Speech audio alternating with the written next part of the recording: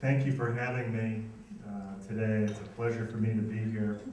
I do want to spend a little bit of time talking about the state of our town. The town that we love and live and work in. I'm absolutely loving my job. I just want you to know that. We have our moments, but I absolutely love being town manager in a community like Amherst, where citizen engagement is the norm. And sometimes people crack a smile or a joke about some of our many committees. Not quite as many committees as the League of Women Voters apparently, but we have our share of citizen committees. But you know what? That's a great thing, and it sure beats apathy. And it's one of the many reasons I enjoy being town manager in a town like this. So I want to talk about where we've been a little bit and a number of the many exciting initiatives, I think there are anyways, that we're looking out at in the weeks and months ahead. First, where we've been, we've had this event called the Great Recession. I think that's what the name has come to be for the most recent economic downturn. And the town of Amherst in the region was not immune to that. We work collaboratively with a lot of people in town and with the support of the community, looking at restructuring how we do business and also seeking new revenue to bridge the rest of the gap. We had to cut many millions of dollars out from the town and school budgets over the last 4 years. In fact, about 70% of our solution to the fiscal situation we found ourselves in came on the spending cut or reduction size. We've had to downsize the town workforce by 10%, about 25 positions, not counting the schools, and that was very difficult. We made some very difficult decisions, like closing the War Memorial Pool, although I'll get back to that in a moment, in the days and weeks ahead. We had to close a school, Marks Meadow School, one of our 4 elementary schools. On the positive side, we worked together with our employees and retirees, and we restructured our health plans. We reintroduced more cost-effective plan design options and made the necessary adjustments on working premiums. And we've been able to save over $3 million because of that effort over the last 3 or 4 years. And our budget for next year, as we put it together, is not quite balanced yet, but we're substantially closer to that goal than we normally are on February 11th of any year, because our health plan is going to have a 0% change for the plan year beginning in July. We've also made a lot of progress on energy efficiency, and we're just with a lot more left to do. We're able to basically level fund our utility budgets for the coming year.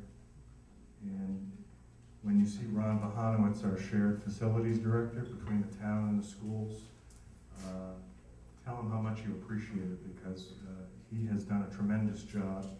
I was at the middle school this morning for a meeting on regional schools, and we were talking about the new windows, 400 new windows going into that building, a 40-year-old building, and the savings on energy use between that and the new natural gas heating option at Fort River School are allowing the schools to spend more of their tax dollars on direct services to kids and less on some of the business side of the equation. And then on the revenue side, after making those very substantial changes, we looked at some local option revenues with the support of the state legislature, local option meals tax, local option lodging tax, were enacted by a unanimous vote of Amherst Town meeting, which I almost fell out of my chair. A unanimous vote to raise taxes. And we've had to increase user fees here and there. We went to the voters for a property tax override 2 years ago now for just under 1.7 million.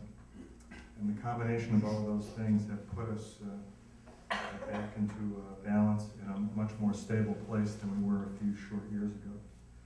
So what is the state of our town as we begin to come out of this recession? And I just want to try to quickly punch through a number of things that are happening both directly under the control of the town and other things happening in the community that we feel are very, very important. First, one of the many exciting things I think that is happening in town is the fact that we're here today at the Lord Jeffery Inn. Despite the hit to the endowment at Amherst College, the Amherst College trustees and the former and current president of Amherst College committed to bring the Lord Jeff back to life with a $15 million investment. And I share the sense of pride that many of you feel about being in our community living room, which is what I think the Lord Jeff Inn is. And it's just great to have this back to life, serving the community on the edge of Amherst Common. Next, we have private investment in our downtown. Boltwood Place luxury apartments, directly behind Judy's. Their ambitious schedule is to try to open up sometime next month. So we'll see. But that is helping to bring more life back to the downtown and the Boltwood Walk area. We have many, many new restaurants, including 30 Boltwood here, which is wonderful. The Lumber Yard, where I celebrated my 50th birthday back in December. It was nice to be out. Chez Albert, Johnny's Tavern, where La Piazza was located. High Horse Tavern, keeping our string of brew pubs alive at that location on North Pleasant. Ginger Garden, a whole bunch of others. So there's a new energy and excitement and dining options for people in town and in the region. Next we have the Hitchcock Center, Environmental Education Center, one of the leading ones with a long history in Amherst. They have announced ambitious plans in partnership with Hampshire College to put up a new LEED certified building somewhere on campus and grow their program at Hampshire College in Amherst in the years ahead. Amherst College is well into the design phase of a new $200 million science center that they'll be building over the next 5 years or so.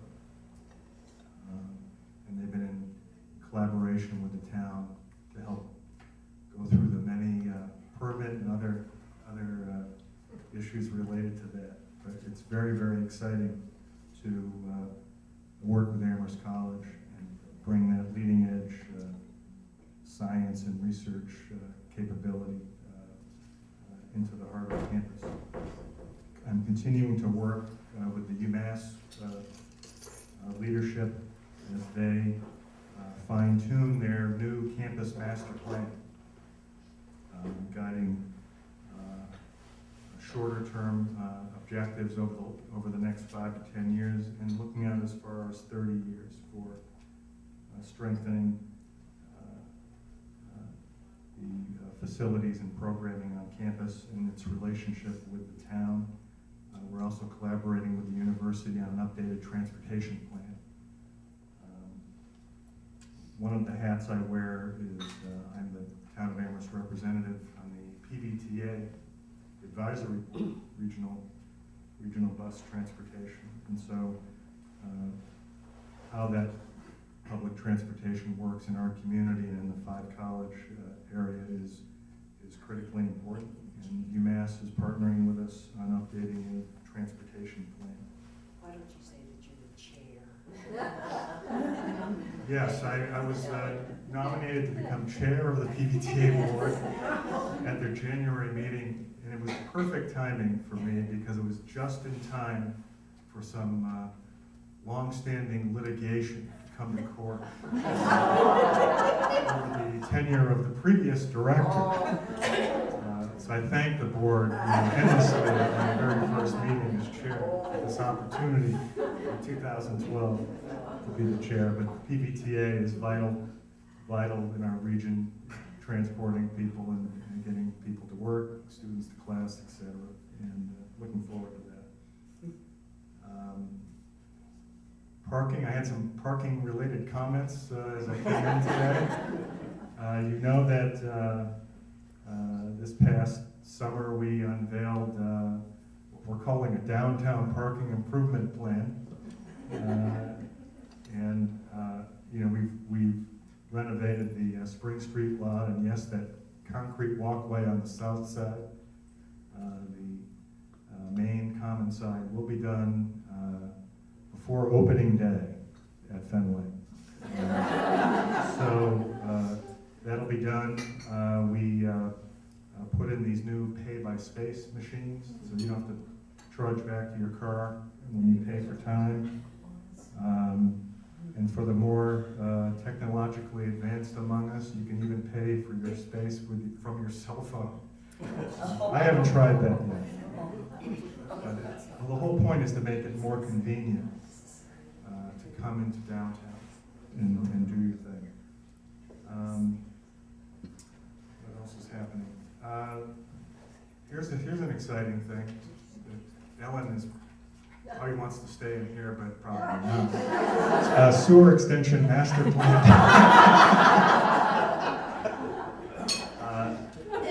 That's, it's part of the, less glorious aspects of my work, but providing you drinkable water and then taking care of disposing on the other end are two of the fundamental things we do in local government. And we updated our sewer extension master plan, and we'll be extending sewers over the next 2 years into the Wildflower Drive neighborhood and the Harkness Road. We're able to do that without any real impact on the sewer rates, because at the same time we're doing that, we're retiring some old debt that we incurred the last time the town extended sewers in the Middle Street area. I'm also working on some regionalization initiatives. Regional emergency dispatch. I think we have an excellent emergency dispatch operation at the police station now. There are opportunities to partner with Hadley, Belchertown, and Pelham, receive lots of state subsidy to put up a new facility in Amherst to house it and allow each of the 4 towns to save a lot of money in the operation of that center. So we have the potential in Amherst to save somewhere around $200,000 a year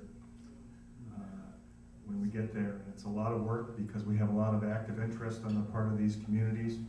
And the true test will be when it's time to put your John Hancock on the Memorandum of Understanding later this spring, but I'm very optimistic we'll be able to proceed. And that again will allow us to keep having a wonderful dispatch center that's highly regarded, but at less cost to the town, and might allow us to reallocate some funding to other pressing public safety needs that we have in police and fire. Here's another project that we'll be bringing to the one of our 54 committees in town. That's a real number. Is joint capital planning. And last year, we were very fortunate to be able to recruit a gentleman named Alan Snow to come to work for the DPW as Parks and Grounds Director. He's been our tree warden on a volunteer basis. He's regionally recognized as an expert in tree care, management, and all those things. When we hired Alan, we built in the being certified as an arborist and having the tree warden duties built right into the job description, because I thought what was best for the town was to have that capability available to us full-time. So we were fortunate in recruiting Alan. And when he was hired, I said, Alan, I want you to get settled. And then we had things like train derailments and Halloween snowstorms and things like that to keep him and his team busy. But I said, I want to do something about the endless net reduction in both the number and the quality of our street trees. And we have data going back 25 years now that we've had a net loss of street trees throughout the community in the hundreds and hundreds of trees. So I said I want something bold and ambitious. And Alan looked at some other national models and some other models from places like Ann Arbor, Michigan that I shared with him. And we will be unveiling a proposal for consideration on March 1st to plant 2,000 trees in Amherst, public shade trees over the next 3 years. And it's very, very exciting, both aesthetically, it helps, it's an anti-pollution, and can be a energy efficiency benefit, because some of those trees will be in proximity to some buildings and things like that. So I'm really, really excited about that. The hard part is the money. We'll be putting together a financial plan for that, trying to fold it within our capital budget, and really looking forward to that. Next, I mentioned one of the difficult things we had to do a couple years back was close War Memorial Pool that generations of young people have enjoyed, going back to the 50s. Town meeting sent a very strong message last spring that having that be a destination, particularly for our young people, should be a priority of the community. And in working with staff, we applied for a 70%, what's called a park grant, to bring that pool back to life. And about a month ago now, we were awarded $208,000 by the Commonwealth to pay for 70% of the cost of renovating that pool, the liner, the decking, there'll be shade units, the fencing. It's really going to be wonderful when they're done, and our schedule is such that they will do what needs to be done to have that pool open the week after school gets out, on schedule at the end of June this summer. So we'll have some sort of community event in June if all goes well, and we're really looking forward to that. The bids are being opened this week, and we'll be off to the races on that. Next, solar power. You may have read that, about that in Amherst once or twice recently. One of the many goals the select board gave for me when I was hired was to take steps to make Amherst a greener community and to do a better job explaining what we're trying to do to the community. We came up with a proposal about a year ago this time now to take what has been a liability in terms of our ongoing monitoring costs at the old landfill to cap landfill. And like a growing number of communities have begun to do in Massachusetts and across the country, transform a portion of that into a solar field array that would give the town the ability to provide almost all of our town and school electricity needs from a clean, renewable solar photovoltaic system. And so the proposal that has come forward would reduce our carbon emissions by over 6,000 tons per year and have the equivalent of removing more than 1,200 cars from the road in terms of reduction in pollution. With the federal and state subsidies that are available out there to promote the industry, we also have the ability to dramatically lower our cost for electricity. And we have the potential to save as much as $25 million over the next 25 to 30 years. Because it would be sited in Amherst, the equipment there would provide new growth to our tax levy, economic development between 300,000 and 400,000 a year, which is the entire amount of our new growth that we're projecting next year from new construction. So it's not an insignificant thing. I have said from the get-go that before we come in for any of our permits, both at the state Department of Environmental Protection level and the local zoning board of appeals from which we need a special permit, that we would actively listen and attempt to incorporate design elements to mitigate concerns of abutters. So things like the size of the array, the proximity to lot lines, screening, all of those things have been and are on the table. We've spent a little bit of time in the legal system over the past several months and most recently, but that's where I'm focused on, is sitting around the table and coming up with a solar plan that allows the town to take a major step forward with renewable energy, but also works for the abutters. Related to that, we'll be applying for what's called a green community status from the state later this spring. And there's a series of action steps that we are taking and will take to become greener, solar being one of them. The new window project at the middle school, other energy efficiency projects we're working on. By becoming designated as a green community, that will free up our eligibility for state grants for conservation and energy efficiency initiatives. And one of the things we're looking at doing sooner rather than later, for example, especially with the help of grant money, is replacing many of our streetlights with LED lights that are much more energy efficient, and with the evolution of the technology more attractive than they were just a few short years ago.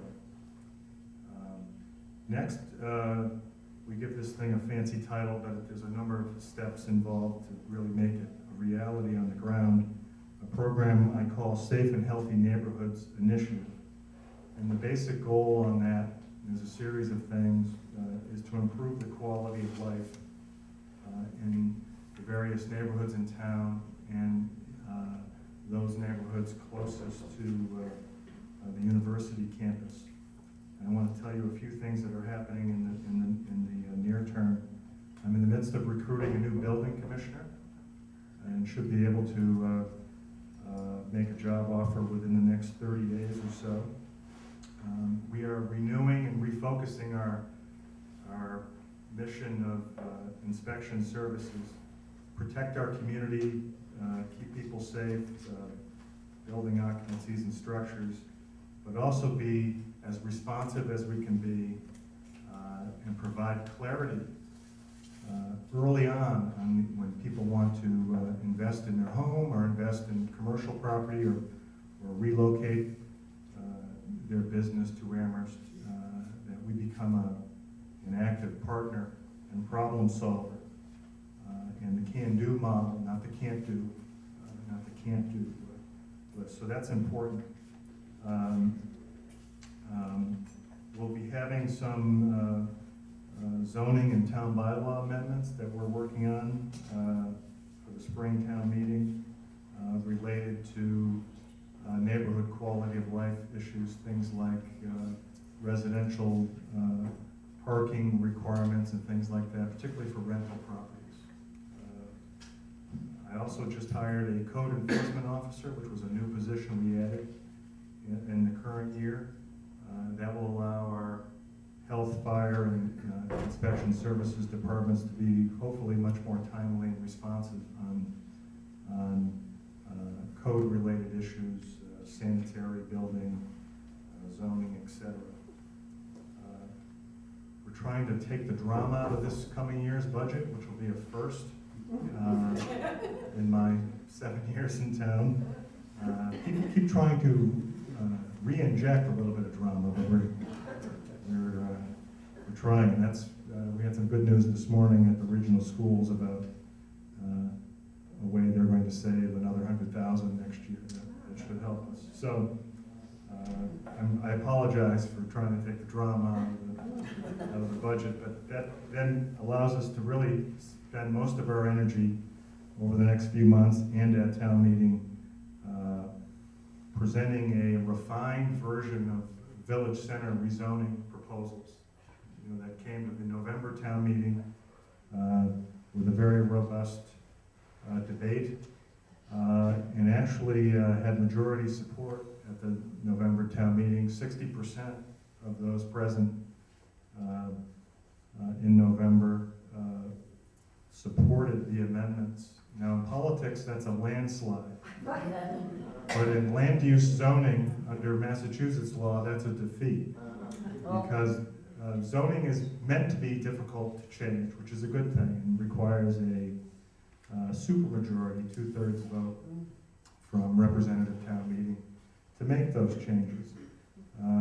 So there's a lot to work with there. The planning staff and zoning subcommittee planning board are continuing to reach out and work with different community groups to try to fine-tune those proposals. So I expect what we hope is a new and improved version, a responsive version, to come back at the May town meeting.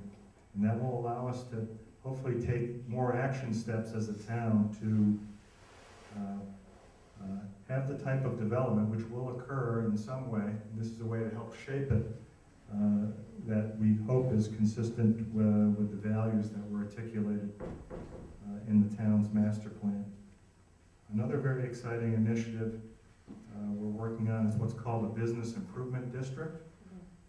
Back in October, and I do remember this, the select board did vote unanimously to approve the creation of the district, and it's really, that's a small property tax surcharge for the district in the downtown area, stretching from the edge of Amherst College, also down by Emily Dickinson Museum, and then up north and onto North Pleasant Street to the edge of the UMass campus. That's coming to life this winter and spring. Board of directors is being formed with property owner representatives. I'll serve on the board of directors as well as town manager, and I'm really looking forward to that.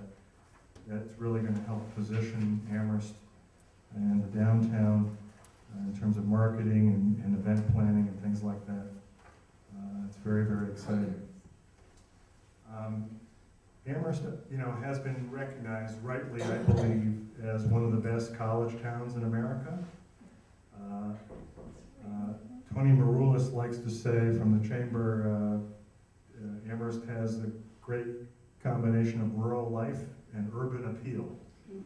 And I thought that was a clever way to describe our community. And one of the things that we don't all think about very often, we have 8 different museums in our town. 8. Eric Carle, Museum of Picture Book Art, which is wonderful. The Emily Dickinson Museum, a place like the National Yiddish Book Center. So for a town of 37,000 people, counting the students, to have 8 museums is a real wonderful thing. Our business focus has primarily been education. We have excellent public schools. We have 2 colleges and, the flagship state university with UMass, with a renewed focus on research, technology transfers, the Amherst College Science Center, and Hampshire College.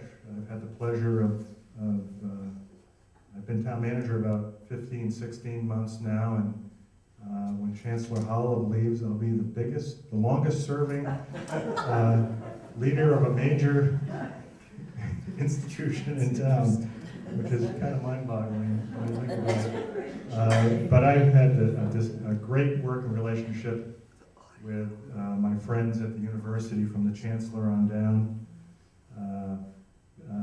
Biddy Martin at Amherst College, Jonathan Lash, very dynamic new leadership at Hampshire College, positioning Hampshire College as a leader in environmental education as a focus. We're really looking forward to having Al Gore come into town at the end of April for President Lash's inaugural ceremony. He may say a few words about the Pioneer Valley being a leader and being green, but what more can we do? And I think he's right, and I'm looking forward to meeting him and hearing him speak. So I think we live in very interesting times, and it really is a pleasure for me, like I've said, serving as your town manager, and just enjoying it. One of the other attractions of our community is that I think we've largely maintained our historic character while still trying to preserve agriculture and open space. And we have a wonderful history to draw upon, and we have so much more we can do. And again, that's what makes serving the town and the townspeople such an interesting and exciting job for me, because there's a lot we have done as a community. There's so much more we can and will be doing